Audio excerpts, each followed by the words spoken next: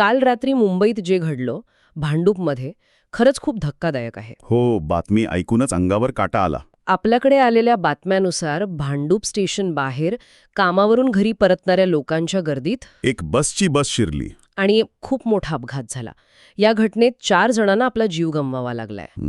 आज आपण जरा या बातमीच्या पलीकडे जाऊन म्हणजे हा अपघात नेमका का घडला आणि यातून कोणते मोठे प्रश्न उभे राहतात हे समजून घेऊया. हो, तर रात्री साधारण 10च्या सुमारास हा अपघात झाला. आणि कसा झाला अपघात, म्हणजे नेमकं काय घडलं तिथे. चालक संतोष सावंत ते बस मागे घेत होते किंवा वळवत होते आणि त्यांचा पाय चुकून ब्रेकऐवजी ॲक्सेलरेटरवर पडला. अरे देवा. आणि नियंत्रण सुटलेली बस थेट फुटपाथवर चढली. पण इथे एक गोष्ट खूप महत्वाची आहे. कोणती? ही बस विक्रोली डेपोची होती आणि ओलेक्ट्रा कंपनीकडून ओल्या भाडेतत्वावर घेतलेली होती. ओल्या भाडेतत्वावर म्हणजे याचा अर्थ काय होतो नेमका? याचा अर्थ असा की बस, चालक आणि तिची सगळी देखभाल, अच्छा, या सगळ्याची जबाबदारी कंत्राटदाराची असते.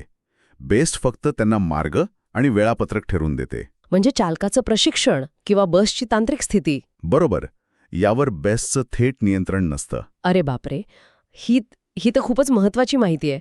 पण मला एक प्रश्न पडतोय. चालकाचं वय 52 आहे, म्हणजे ते नक्कीच अनुभवी असणार की नाही? मग ब्रेकऐवजी ॲक्सेलरेटरवर पाय पडण्यासारखी एवढी प्राथमिक चूक कशी होऊ शकते? हाच खरा मुद्दा आहे. ही निव्वळ मानवी चूक आहे की या नवीन इलेक्ट्रिक बसच्या डिझाईनमध्येच काहीतरी वेगळेपण आहे, ज्याचं कदाचित प्रशिक्षण चालकांना मिळालं नाहीये? नाही, तुमचा मुद्दा अगदी बरोबर आहे. बघा, या अपघातात 4 जणांचा दुर्दैवी मृत्यू झालाय. त्यात एक नर्स होत्या, एक तरुण अभिनेत्री. खूप वाईट. पोलिसांनी चालकाला ताब्यात घेतलंय, बेस्टने त्याला निलंबित केलंय. पण तुमच्या प्रश्नाचं उत्तर या कारवाईत नाहीये. ते प्रशिक्षणात आहे. पिकअप सिस्टीम, तिची ब्रेकिंग सिस्टीम ही नेहमीच्या डिझेल बसपेक्षा वेगळी असते. त्याचं विशेष प्रशिक्षण मिळालं होतं का? हाच खरा चौकशीचा भाग आहे. ही घटना ऐकल्यावर मला बरोबर वर्षभरापूर्वी कुर्ल्यात घडलेल्या अपघाताची आठवण झाली.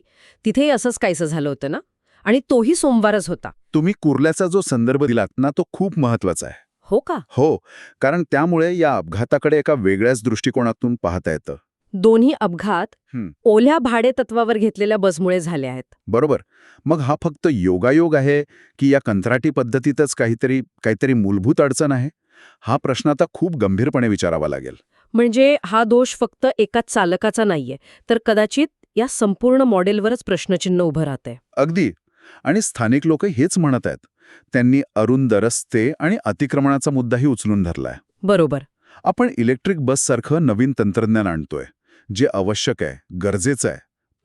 पण ते चालवणारे चालक, त्यांच्या प्रशिक्षणाची पद्धत आणि ज्या रस्त्यांवरून त्या धावणार आहेत. हो, या सगळ्या गोष्टींचा ताळमेळ बसला नाही तर असे अपघात पुन्हा होऊ शकतात. तंत्रज्ञान आणि ते वापरणारी व्यवस्था यात एक मोठी दरी दिसतीये.